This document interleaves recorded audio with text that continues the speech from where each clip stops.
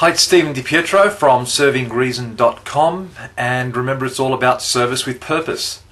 I've previously spoken about how you can't actually always be yourself in a customer service relationship. You have to match the personality being presented by the customer, and you have to adjust accordingly. We've spoken about the pounder, and today I'd like to talk about the nurturer. And once again, I'm going to refer to some cards that I use in my workshops, which I'll probably scan and put up online as well. And in this card, I wanted to describe what a nurturer looks like. As opposed to the results-driven pounder, the nurturer is a person who loves people. They love people and hate confrontation. Some people consider you as submissive if you're a nurturer. You love to chat and you love to know about other people's feelings.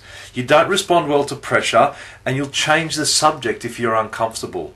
Is this sounding like you? It could be, and every now and then I believe that we've all got this within us, depending on the situation and what's going on in your life. Now, some people have this as a default, and that's okay as well. It's just we all have different defaults, but we can go here occasionally, and so can your customers, which is why a customer can present themselves differently to interactions at a time. They might present themselves like this today and differently tomorrow. To continue, you don't jump to conclusions, you'll discuss all the options. You don't let your feelings be known though. You're pretty hard to read because you're always interested in other people. You've always got the same friendly exterior, although you might be bubbling away inside. And as a nurturer, finally, you're more convinced if you like someone rather than so much the results or any other parts of the transaction. So what's the key to these people? These are people where the transaction is built on the relationship. And if you remember the pounder, the transaction was built on the results. So with the nurturer, the transaction is built on the relationship. Now, here's the point.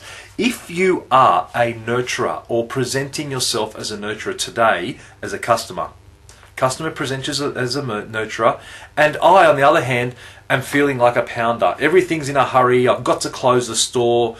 It's all about speed and results, or I've got to get through a certain number of transactions in the day.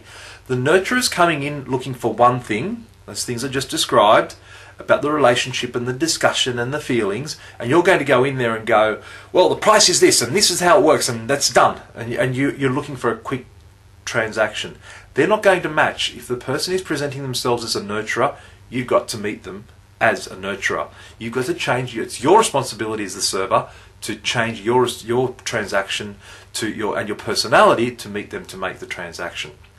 Thanks again for joining in. Again, it's Stephen DiPietro from servingreason.com. The blog is www.dipietro.com.au, and remember, it's all about service with purpose.